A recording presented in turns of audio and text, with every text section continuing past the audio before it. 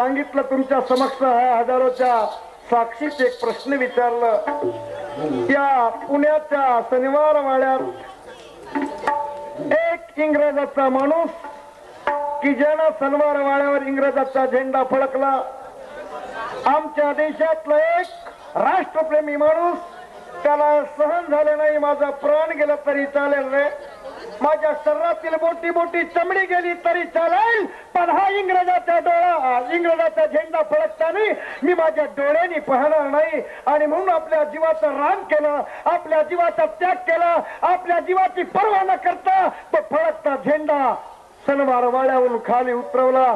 फक्त अस्पृश्य होता म्हणूनच ना की इतिहासात त्याच्या नावाची नोंद झाली नाही। तो माणूस कोण आणि तो इंग्रजाचा झेंडा फडकवणारा माणूस कोण? काय आहे इतिहास तुमच्या जबरदस्त? तर शाहिरी तशी नाही होत, शाहिरी ते होते म्हणते कोणते? गोरखनाथ, कानिपनाथ, मच्छिंद्रनाथ, नवनाथाचं सांगितलं। हे दास्तान अगर लिहिल्यात तर खोटे आहेत का? मग आमच्या नातूही म्हणाल का महात्मा गांधीला महात्मा काऊन म्हणतात, हेही खोटं ठरू शकते। तुमची बुद्धीच नपुसक आहे तर मी का करू? तुमची बुद्धीच नपुसक आहे, तुमच्या नपुसक बुद्धीला मी किती चालना देण्याचा प्रयत्न केला, परंतु तुमची नपुसक बुद्धी माणसात येऊ शकत नाही। जिवंतपणात आपली आत्महत्या करून द्याल तर चांगलं होऊन जाईल माणिकराव। काय ह्या गोष्टी, काय अर्थशून्य गोष्टी करता तुमच्या गोष्टीत काय रंग रेजा?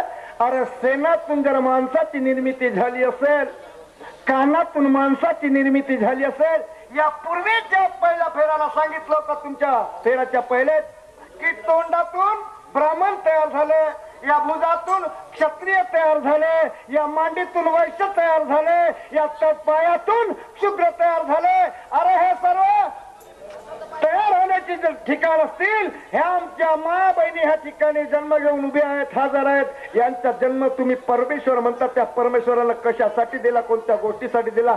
काय गरज होती स्त्रियांचा जन्म देण्यात? कारण का तुम्ही आपल्या तोंडातून अवलाद तयार करू शकता, तरी पण बायांची जरूरत का? का उत्तर दिला माणिकराव? का उत्तर दिला? चवन्नीवाला राजा सुमेर नहीं होता माणिकराव, चवन्नी वाला राजा सुमेर नहीं होता।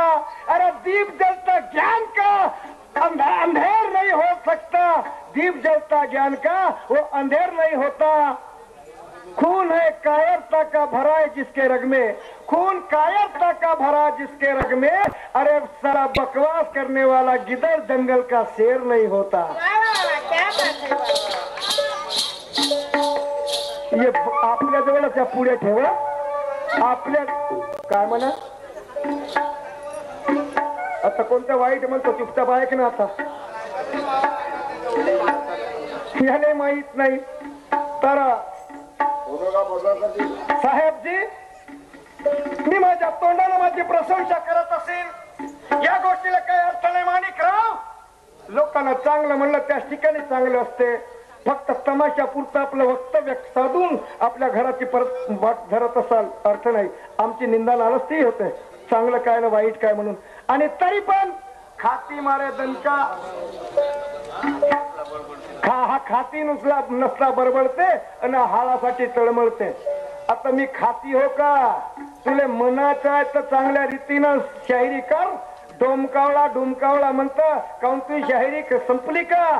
कुत्र डोमकावळा अशा शिव्या साप बायका का तरी बरे तुझ्यापेक्षा, बाया तरी बरे आमच्या माय बहिणी, पण हा बायापेक्षा निपत्तर माणूस या ठिकाणी शायरीतून आपला दुय्यमच्या का करू का करू? मर्दासारखा मर्द म्हणते बायकोचे उखाणे, मर्दासारखा मर्द म्हणते बायकोचे उखाणे, शायरीला सोडून गाते जात्यावरच गाणे, अभिमानाचा पाजळ फोडून दाखविला मूर्खाने, अरे आज ठेवून कावळ्या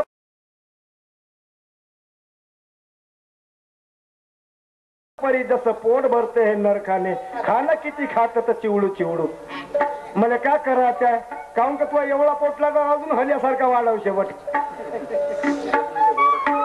शाहीर कसा पाहिजे, शायराचं बोलणं कसं पाहिजे, शायराचा आवाज कसा पाहिजे, ते नाही धोत्रात मुतवीन हो मुतवजो, पण तोच ओला धोतर तुझ्या तोंडात जर पिरलो नाही तुला पाजलं नाही मुताचा धोतर तर काहीच नाही केलं.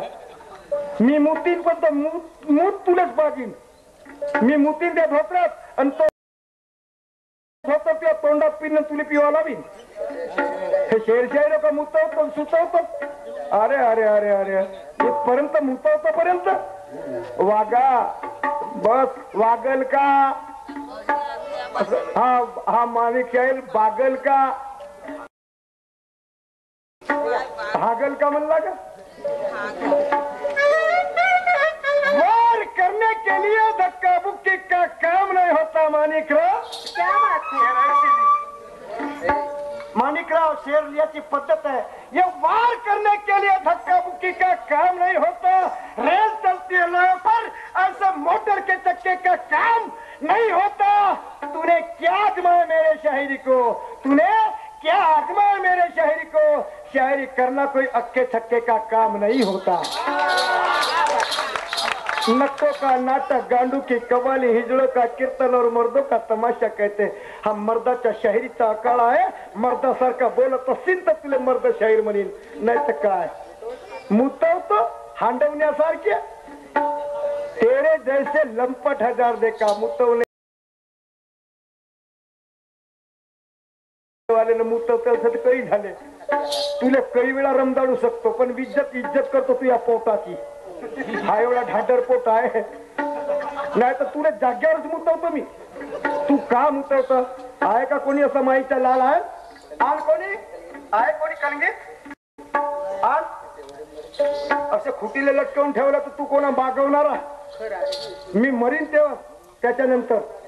तेरे जैसे लंपट हजार देखा माणिकराव, तेरे जैसे लंपट हजार देखा. ये क्या महफिलेर, अरे मैंने चौपट हजार देखा. तू क्या आजमा सकता मेरे शायरी को, क्योंकि तेरे जैसे मैंने चिंपट भी हजार देखा.